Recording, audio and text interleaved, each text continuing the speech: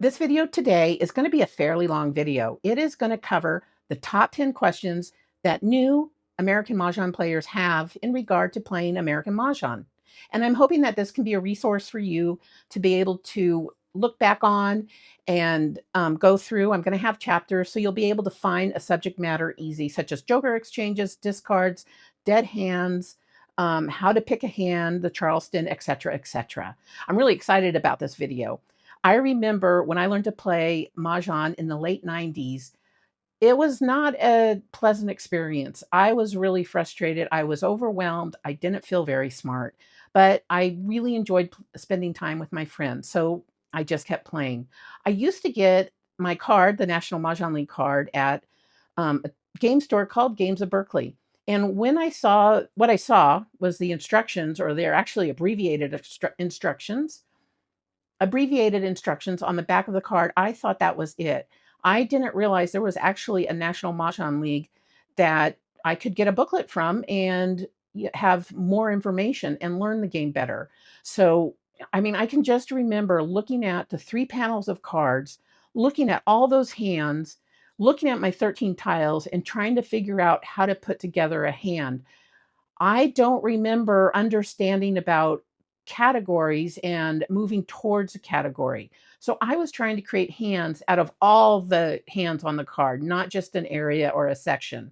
And that didn't feel good. I would dream about tiles at night. I would dream about playing Mah Jongg, and I would get headaches. So the motivation for, well, flying tiles in general is hopefully to help other new players not have that experience that I have. I love playing Mah Jongg. I love American Mah Jongg, and I love everything about it. It's a wonderful world, and I almost didn't continue because of how I felt when I first started learning. I didn't feel very smart, and that is not a great feeling. So let's get into it. Let's start answering those questions that you might have. And the top question, of course, is, can you put a joker in a pair? And the answer is no. Okay, let's move on. Just kidding. A player can only use a joker in a pung with like tiles, a kong with like tiles, a quint, and a sextet with like tiles. And below here, I have an example. So I have an example of a pung of wests. I have an example of a kong of dragons. I have an example of a quint of 7 cracks. And I have an example of flowers of sextet. So what you're looking at here are times that jokers can only be used, and that is in the pung, kong, quint, and sextet, where the tiles are the exact same. It can be any tile. And here's an example of where jokers are absolutely not allowed. No jokers, no jokers. So we have a single, no joker for a single, no joker in a pair, as we have here, even if they're the same. 2, 3, 4, that's a chow, no jokers. And when a hand calls for a block of tiles, like you see there, 4, 5, 6, 7, news, swinging pair up there, or a year hand, all those tiles in the block, they're not the same. So no jokers. Those are actually considered single tiles in a block. Also remember that you cannot, absolutely not, pass jokers during the Charleston. If somebody passes you a joker, you pass the joker back to them and say, I think you accidentally passed this to me. Let's look at joker exchanges next. So you have a discard 7 bam. Somebody claims it, puts it on top of their rack, and exposes their kong of 7 bams with 2 jokers, and then they discard. I start my turn by picking from the wall.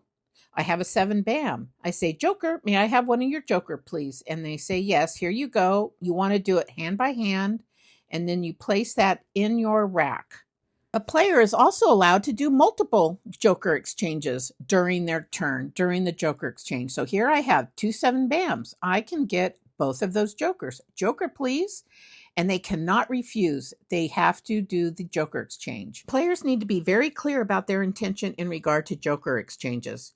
If you need to put the tile on the table for the joker exchange, you need to announce that first, because if you put that tile on the table without declaring your intention, that's a discard and the tile is dead. Best practices is hand to hand.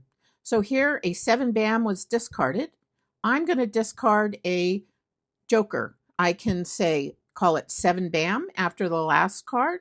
I can say Joker, or I can say same. But that Joker is dead.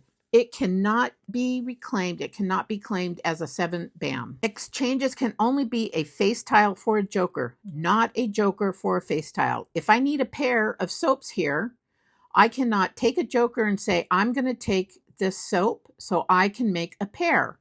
That you cannot do. And that would be one reason why somebody might want to do that. So that's a big no-no.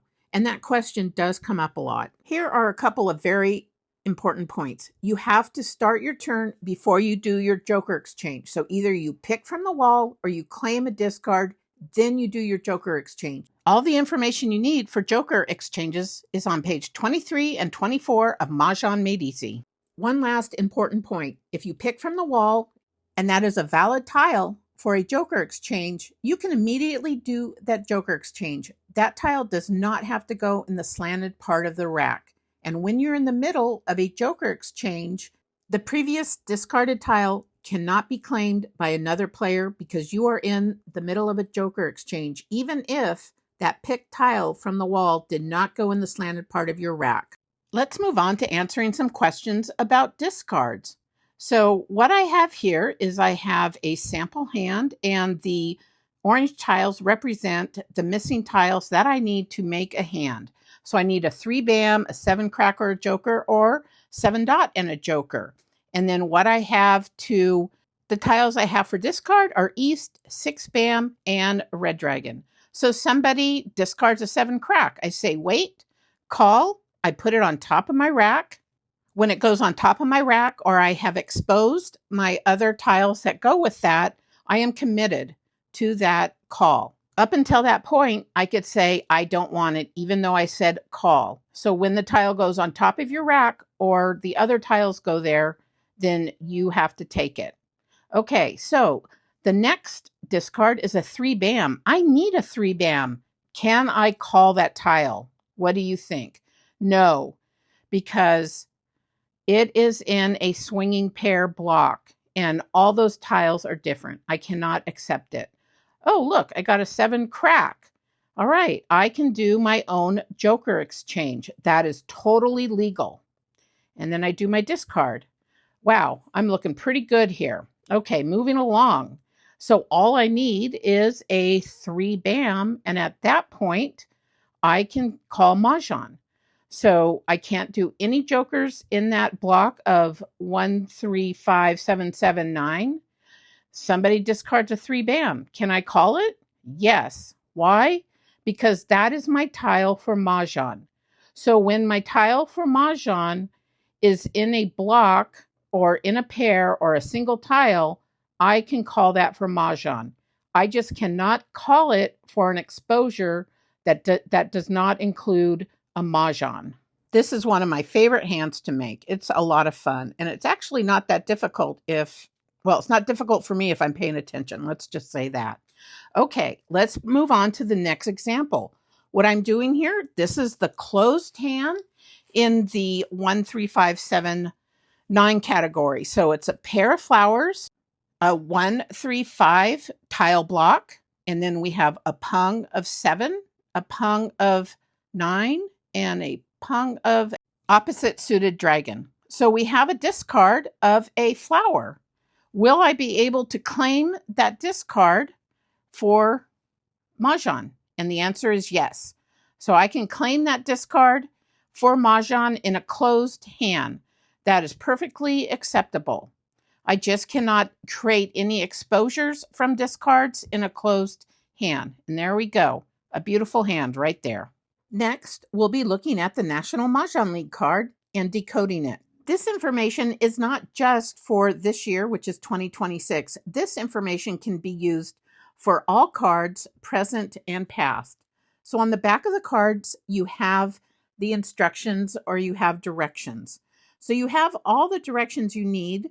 They are abbreviated, and in the Mah Jongg Made Easy booklet is an expansion of these directions. A lot of people forget that these instructions, directions, rules are on the back of the card in 2 panels, in the first panel and the second panel there. In order to win the game, you just need to match your tiles to one of these hands. 14 tiles to one of these hands here shown in the card. The hands on the card are broken up into categories, 3 categories each panel. The category here is year, 2026, 2468, and like numbers. Then we have quints, consecutive runs, and odd numbers. And then we have wins and dragons, 369, singles, and pairs. I have a video on each category. So if there's a difficult category, like let's say singles and pairs or 369, I have a video for those categories and I go through each hand. I also have another video decoding the National Mah Jongg League card for a very deep dive. And again, this is applicable to any year of the National Mah Jongg League card. I'm going to be using the mega size card because it's easier to show on camera and easier to read the hands. And these also have directions on the back. It's the exact same as the large card and the small card. Let's take a closer look at the card. Remember to stop and read everything on the card. This notation is reminding the player that white dragons can be used as a 0, and zeros can be matched with any suit. It is not connected with a suit. I am just pointing at the different categories here on each panel. The various categories are something you're going to become familiar with very quickly. Let's take a look at the values on the far right-hand side of the card. The red X's mean those hands can be exposed. You can call a discard and expose a pung, kong, quint, or a sextet. If there's a blue C at the far right there, that means that is a closed hand, and you cannot call a discard for any exposure. That hand has to be played completely in the sloped part of your rack, which is kind of a relief because you don't have to pay attention on if you have to call a discard to make an exposure. And the value numbers next to the red X or the blue C, those are the value numbers for the hand. Like you see X 25 or you see the blue C with 30 or higher. So those are the values. Let's look at the colors used on the card. We have the green, the red, and the blue. A specific color on the card does not specify a particular suit. For example, if a hand is shown in 3 colors, it means any 3 suits. These 3 suits may be in any order. And be sure to read your parentheses. That is really important. And here we have 2 suits. And the north and south is usually with odds, and east and west is usually with evens. And again, both those hands have 2 suits. It doesn't matter which suits. They just have to be 2 different suits. And be sure you read the parentheses. Again, I do deep dives into each of these categories. Up next is the Charleston step by step. So we have the seat of east with the dice. The green dragon is south, the red dragon is west, and the blue dragon is north. The tiles are all put in the middle of the table. You mix them up. This is called washing the tile. So you mix the tiles up, you turn them over, and then again, you want to mix them up. Be sure to gently move them around. Vintage tiles or older tiles can be a bit fragile sometimes, so you don't want to do anything to chip them. At this point, players will build a wall in front of each rack. So you want to have a row of 19 tiles, 2 tiles high. So that means there's going to be a total of 38 tiles in front of each rack. The east seat will begin the game. Players roll the dice, and whoever has the highest roll will be east. To begin the game, the wall in front of east needs to be broken, and that's done by rolling the dice, counting in however many that is. East will take 4 tiles, then you push out the wall, and the left side of the wall, and then everybody else will take their 4 tiles, and you go around until everybody has 12 tiles. The next wall to be pushed out is the wall to the left of east. We have a very lucky event happening here called Hop Toy. This happens when a player gets tiles from 2 different walls. So the saying is, bring me joy or I believe. It keeps the luck inside of the walls of the table. This saying really originated with American players. It does not come with the history of Chinese Mahjong. After all the players have received their 12 tiles, East has to get 14 tiles, so they pick the first and the third there, and then everybody else goes around and picks 1 tile. Picking the first and third tile is just a shortcut because if you go around, everybody takes one tile and then East takes the last tile there, you'll see that East would get the first and the third tile of that wall, and I'll show you what that looks like. So I'm going to be, well, now everybody's taking their one tile, and let's see what it looks like if East did not take a shortcut. So I take one, and then everybody else takes one, and then I take my 14th tile, and it's the exact same thing. So I have put the tiles backwards because the hand doesn't matter. I am going to just be showing you the mechanics of the Charleston. The sequence of passing your tiles is you pass right first, then you pass over to the player across from you, and then you pass left, and then you do a second left, and then you pass over, and then you pass right. Now on the first left and last right, that is when you can do a blind pass, and I'll be showing you that actually 2 times of how to do a blind pass. A blind pass gives the player an option to pass less than 3 tiles. You can pass 0, 1, 2, and of course you can pass 3, but only on the first left, last right do you have the option of passing less than 3 tiles if you choose to do so. A common acronym to remember the passing sequence is ROLLOR, ROLLOR, and then you have your optional. But that makes it easy to remember the sequence. Right over left, left over right, and then your optional. When you're passing your tiles to your right and then to your left, do not place those tiles on the inside part of the table.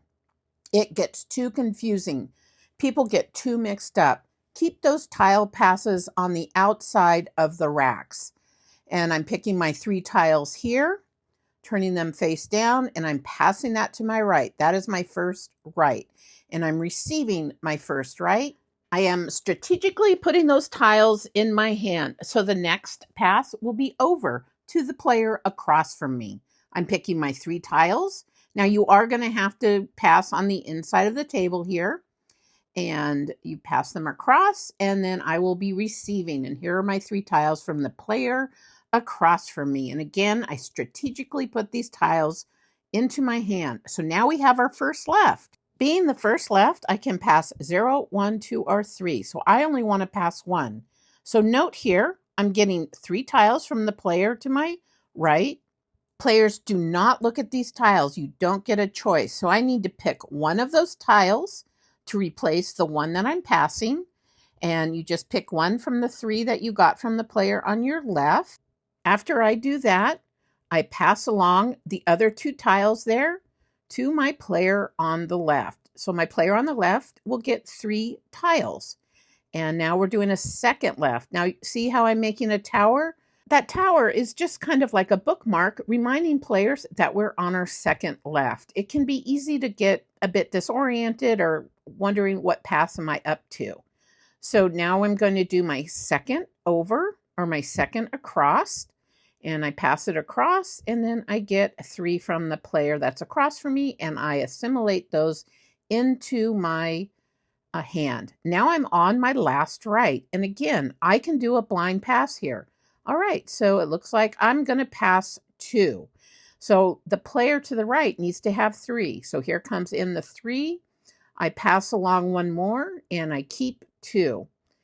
And that is how you do a blind pass. Now we have our optional. And when you're doing an optional, you just do it with the player across from you, and you can pass 0, 1, 2, or 3. I'm going to pass 1 here. So even if the player across from me wants to pass 3, they can only pass 1. The number of tiles exchanged in the optional pass is dictated by the player wanting the fewest numbers of tiles. 1, 2, 3, or 0 may be passed. The game officially begins when East discards the first tile. The Charleston is just the dealing of the tiles. Now there are 2 Charlestons. There's the first Charleston right over left. That's the first Charleston. At that point, any player can stop the Charleston for any reason, and they do not have to give their reason. And an optional pass is included. However, I would not do an optional pass with the player that stopped the Charleston because most likely they have a hand well developed. And that really is the most strategic reason to stop the Charleston. not because you're between two hands.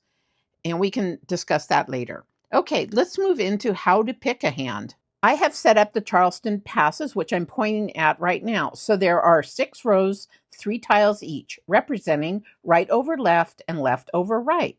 I'm going to deal myself 14 tiles. I want to be east, and of course, I can give myself the advantage of 14 tiles. If I happen to have a joker in those 18 tiles up there, I will trade that out for another tile because we are not allowed to get jokers in the Charleston. And if I'm practicing, I'm not going to cheat myself. So here I am arranging my tiles. These are the tiles that were dealt to me. And I'm double counting to make sure that I got 14 tiles. Always count your tiles and read the parentheses. So now you'll want to organize them so that they make sense. I put numbers and suits together, as you'll see, and I will put flowers on the end. I usually put jokers on the end meeting the left-hand side. So I have my dragons, jokers, and flowers. And if I had any wind tiles, I would be putting those to the far right-hand side. That's what I was taught, and that's what I'm just used to. So as you see there, I have organized them by suit and number. I have a pair of 1 cracks, 5 crack, 6 crack, 9 crack, and then I have 3 bam, 4 bam, 8 bam, 9 bam, and 9 dot, as well as the soap, green dragon, joker, and 1 flower. So hands are made up of multiples. So if you have multiples, like I have the pair of 1 cracks, which is actually the only multiple I have. Now I try not to pass flowers in the Charleston. It doesn't mean that it never happens. And I try not to pass the soap because that does double duty. So I look at categories. What category do these tiles fall into? The year, the even, the like numbers, quints? No, you need to really have jokers, at least 3 or more jokers if you want to go into quints, consecutive run. So what category would you move towards? This is kind of a really hodgepodge hand. The only thing is the pair of 1 cracks, and they are really not connected to anything. Now, if I had 3 crack, something like that, I could see how it would be connected to lower odds or smaller odds, I mean. So where would you go with this? Do you see a category that's standing out? I do have 3, 4, 5, 6, but they're not all in the same suit, which it doesn't have to be. There's hands that have different suits in the consecutive run. A great exercise in helping a person build hands or work on hand development is to not work with the card, but just keep your tiles that are in certain categories, that fall into certain categories. So here, it's kind of hard to see a category. I don't see anything really with the 1 crack. I'm probably going to be splitting those up. And you want to be sure not to pass pairs. That's not a good idea if you can possibly help it. And again, remember that your hand development is the most important thing during the Charleston. You just cannot pass jokers. You also want to pass defensively when you can. And that means not passing tiles that go together for particular hands. So on this first pass, I'm choosing to pass a 4 bam, a 6 crack, and a green dragon. I think I'm thinking of the higher odd numbers. Oh, okay. So I got a 5 dot, a 7 bam. Okay. Now here I got a pair of 5 dots. So that's not a great pass to give someone because look how it's making my hand stronger. I now have a pair of 5 dots, and that does go into the higher odd category, higher odd numbers in the odd category. So I'm also going to be wanting to split up that 1 crack pair. And so I'm going to be passing a 1 crack. It looks like an 8 bam, and I believe a 3 bam on this next one. So I have decided to move towards the odds category, and I'm probably going to be going towards the higher odds, 5, 7, and 9. If I had a 3 crack, I might think about, there's some hands in there where they use all the odd numbers. So on this next pass, oh, look, I got a 7 crack. Great. I'm going to be passing the 1 crack, the 8 crack, and the 4 dot. So I'm really looking for 5s, 7s, and 9s. And let's see what I get on this. Okay, I got an east, a north, not helpful, and a 4 dot. So east and north, they don't go together, meaning that in the even category, you want east and west, and in the odd categories, you want north and south for those hands in that area or in that section. Okay, so I got a flower, I got a 3 dot, okay, and then I got a 9, okay, a 9, bam. All right, so slowly but surely, we're building it up. Okay, so I've decided probably to pass the soap. I don't need it. I'm not going to be going for the dragon hand in the odd category. So what I'm passing is going to be, I really want to keep that 5, 7, 9 strong. So that means what I pass will not weaken that 5, 7, 9 category. So I'm going to be going with soap, 3 dot, and flower. Not my favorite to pass the soap and flower, but I am looking at my hand development as a priority. Green dragon, don't really need it. 1 dot, don't need it. 2, bam, don't need it. Okay, that's moving on. This is my last right. If I want to do a blind pass, I could have, but I didn't want to. So, all right, so I got a 9, bam. All right, so for my optional across, what I do is I mix these up and I pick my optional out of those. And I got a 2, bam. I'm really happy with what came in during the Charleston, especially with what I had started with. So I have a really strong area category of 5, 7, 9. I can pivot depending on how the gameplay turns out. So let's look at the odd category. So possibly that closed hand. Read the parentheses. I can move towards that. There's also that one hand, like I said, the pung, pung, kong, kong in the 5, 7 or 7, 9. So pung, pung, 5, 7, kong, kong, 7, 9.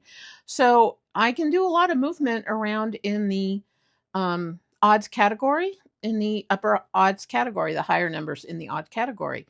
And I think I'm just showing the different, there we go, right there. I was just looking at that 5, 7, 7, 9 hand, possibly, just moving things around. So my initial discards will be, I'll definitely be discarding that 2, bam first, possibly the flower next. If I don't need a flower, I try to discard those first thing. If I'm not sure, I will keep those for a little bit, but I don't want to be discarding the flowers at the very end of the game. That's when a lot of people need them and will pick them up for Mahjong. So let's move on to the next hand and see what we have. So again, I picked out 14 tiles, and then I have my right over left, and I'm left over right. And on this one, I'm going to push out that first left. There we go. And I'm pushing out that last right, just to remind us that those are the times that I can do a blind pass. I can also stop the Charleston after that first left if I have a well-developed hand. And I don't have 3 tiles to pass. If after the first left, I don't have 3 tiles to pass, I will stop the Charleston. Not because I'm in between hands. So let's organize our tiles and see what direction we'll want to go in, if we'll even have a good direction on this first dealing of tiles. I also want to mention that during the Charleston, each player should take their own tiles. Don't deal out other people's tiles. There's a superstition that if you touch somebody else's tiles, the luck will leak out. So the only time you really should do that if somebody needs help, like if somebody can't reach across, or, I've played with some people that have had severe arthritis in their hands. That doesn't matter, but it's good etiquette to let people take their own tiles during the Charleston, as well as joker exchange. Don't pick their joker from their rack. Let the player place their joker in your hand when you do that joker exchange. Okay, what do you see here? Looks like we have a nice direction that I see. 6, 7, 8, 9. I have a pair of 7s. Now I do have almost news, NEW. I generally personally don't. Okay, we're looking at the categories here. So I already said what category I'm going towards. I'm going to go towards the consecutive run category. Well, that's the strongest one I see here. We'll see what happens during the Charleston. But I usually don't keep my wind tiles unless for some reason I see a really clear directions. Like if I have ends, norths and souths or east and west, and then I also have even or odd tiles that go with those wind tiles, I might go ahead and move in that direction, but I don't keep those wind tiles around very long. All right, so I am going to be passing the 1 dot, 2 crack, and a north. And that is the first right. And let's see what I get. 1 crack, a flower. Oh, yeah, flower, and a 4 bam. Okay, not really helpful. Don't really want to pass the flower if I don't have to. Having a pair of flowers is great. Okay, 2 dot. 8 crack. Oh, okay. So now I have a pair of 8 cracks and a 8 bam. All right. What am I going to do? What to do? All right. So I'm going to pass probably the east 2 dot and 8 bam. Yep. Okay. That's what I'm going to do. This is also our first left. So if I didn't have 3 tiles to pass, I could have done a blind pass here, but I had 3 tiles to pass. So, and I decided to keep going with the Charleston because I don't have a well-developed hand. I do have a direction. I do have a category. All right, so I have a green dragon, 9 bam, and a 8. Okay, very nice. All right. I always like it when this happens. My next thought is to break up that 8 crack because I don't want to be in a position where I have to pass a pair of tiles. I don't want to have to pass a pair of 8 crack together. It looks like I got a flower, a 2 crack, and a 9 bam. Okay, so keeping the flower. Oh, nice. 3 flowers. And let's see. So I chose those 3. The other thing is when you do your two lefts, you want to pay attention to your first left. And then when you do your second left, you don't want to help you don't want to follow through with tiles that would help build a hand on your second left as well. So, and I'm going to do my optional cross. I mix the tiles up and I will be doing 3 tiles out of that optional for my optional cross, 8 crack, east, and a 2 dot. And oh wait, all right, I need to get rid of those. Okay, I got a 1 dot. I got a 7 bam and a 2 crack. Okay, nothing that really goes. So it looks like I'm really going in the direction of consecutive run. I can do, yes, I can do the one with the sextet of flowers in the middle. I really like that one for some reason. I seem to be a flower magnet during this hand. So I can do 7 dot, 6 flowers, and then the 8 dot. I have a joker there as well. I can do the pung pung, kong kong if that comes through. So I can pivot all over the consecutive run category. Let's talk about dead hands next. This is really important. So in the Mah Jongg Made Easy, it's on pages 19, 20, and 21. A player's hand may go dead for a variety of reasons. A player cannot announce their hand is dead. That is really important. It is not officially dead until another player verifies that Mah Jongg cannot be made based on the tiles that are visible to all players. That means that if you know a player's hand is dead, but you only know it because of a tile or 2 you might have in your rack, you cannot call that hand dead. The tiles have to be visible to all players. I have some examples of some dead hands, but let's look at the reasons really quick. So a dead hand is if somebody has too few or too many tiles, invalid joker exchange, incorrect exposures, no such hand, unwinnable hand, exposing the tiles while playing a concealed hand. This is something that happens a lot with new players. Picking ahead, picking out of turn, picking from the wrong wall, and I'll be going into that in depth, and picking from the wrong end, and pushing out the wrong wall. So I encourage you to get the booklet Mah Jongg Made Easy because it explains these, as you can see, in depth. I'm going to go through some of the common uh, scenarios that do cause a hand to go dead and how you can prevent that for yourself. So, okay, and then we go into Mah Jongg in error. So they also have that in the Mah Jongg Made Easy booklet.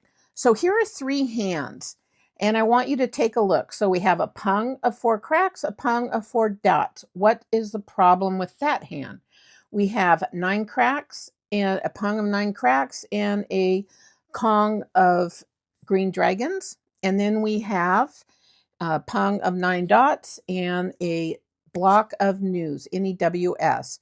So what is wrong with each of these exposures? Why and how can you call these hands dead?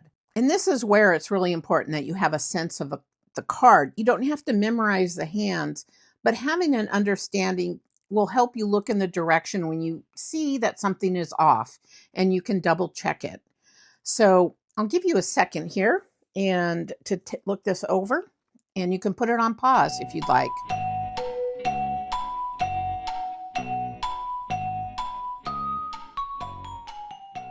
As we're looking at the pung of 4s, this can only be done in a closed hand. So there should never be an exposure of 2 pungs with the same number, different suits. That's only a closed hand.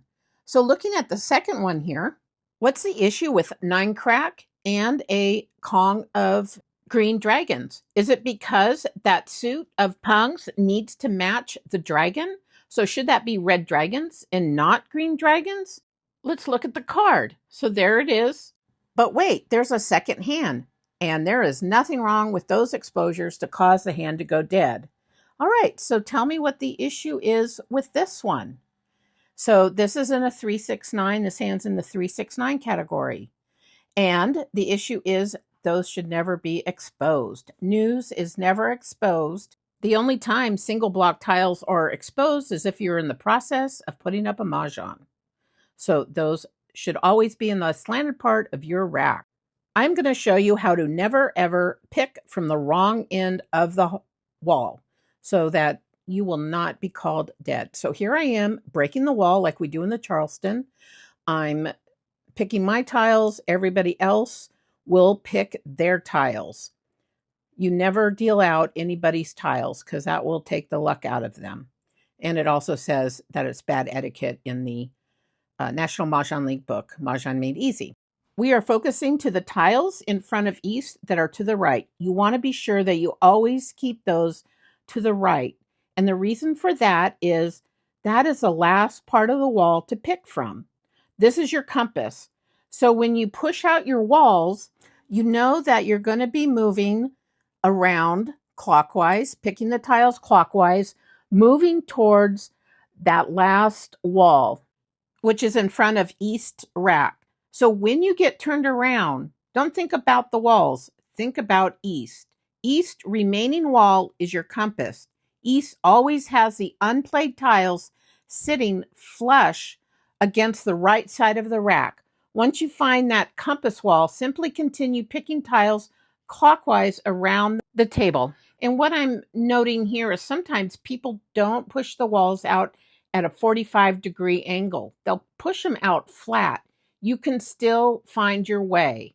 So you find the wall in front of East rack and you pick clockwise. Sometimes people will put a tail on it, but it depends on people that you play with. Don't get dependent on putting a tail at the end of the wall. You don't need to. If you know this trick of using East wall and those tiles that are flush right as your compass. Here we're counting the tiles in a hand, and that was too many tiles. And here we have tiles that are too few tiles. Now, if you figure this out as a player, you cannot call your hand dead. Somebody else needs to notice this and call your hand dead. If you're in this situation, you keep quiet and you play defensively because you really can't mahjong. One part of my teaching philosophy is to help reduce overwhelm for a new player. If your rule book, your guidebook, feels difficult to navigate, you're less likely to open it. I wanted to remove that barrier by turning it into a resource that's easy to search, easy to annotate, and easy to learn from. This is how I turned my rule book into a working reference guide instead of a book. Now I can quickly find what I need, highlight important rules, add notes, and actually use it while I'm learning. And as you see here, I use transparent Post-it notes. I also have tabs so that I can access certain subject matters. And as you see here, and I showed earlier, I use zip ties to keep all these pages together. It has really made it a lot easier to use. I also have a short that shows how I did this, how I actually separated the pages. Initially, I had it in a binder, but I really like these zip ties because I can really get to the pages easier. I find it easier to carry around, and I actually really enjoy using this rule book because I love to annotate things. So here are the tabs that I use that, as you see here, I'm putting it next to the subject matter. That's the jokers. And I also have the rules. The purple are for the rules and guidelines. And then I'll be using the green for Mahjong in error. And what I like about these tabs is, as you'll see, they're going to look kind of crooked. And these tabs are easy to realign and make them look neat. So I can pull them off, I can realign them so they look better, and I can easily access information on jokers, on dead hands, on anything that has to do with American Mah Jongg. Here are some more transparent tabs that somebody can use to help annotate their book. I'm going to have these available if you want to look at them for a quick purchase. And I think I get a little commission, not very much, but anyhow, so it'd be easy to access if you're interested in this. I was just showing how that round Post-it note is see-through. I love to annotate my books. If you purchase a National Mah Jongg League card directly from the National Mah Jongg League, you will automatically become a member. And when you're a member, you'll be receiving a bulletin each year in January. And in the bulletin, they clarify questions. They'll clarify questions that players have, give you answers, give you in-depth answers. I don't know if you want to put this on hold and maybe look at some of the questions. There was a clarification on exposures. So once an exposure has been made, a player may add or take away from the exposure up until the time the player has discarded or has done another transaction within their turn. For example, a joker exchange has been made. Once they've done a joker exchange, they cannot go back and change that exposure they previously made in that turn. This detailed clarification came out in the bulletin. Another place that you can find clarification is Michelle Frizzell's Maj Life Wikipedia. She has a whole deep dive into rules and guidelines, everything Mahjong. That site is an excellent resource to go to if you have a question. You know that you're going to get the right answer from Michelle Frizzell, Maj Life, her Wikipedia. Michelle does a great job doing deep dives into the reasoning behind the rules. That is the one source where I know that I will get the correct information. Thank you so much for stopping by and watching this video. I really hope that this is a good resource for you, something that you can go back to and get the answers that you need, or at least know where to get them. If you don't have Mah Jongg Made Easy from the National Mah Jongg League, I encourage you to purchase it as soon as possible. Again, thank you for stopping by Flying Tiles, and I'll see you in the next video. Take care. Bye-bye.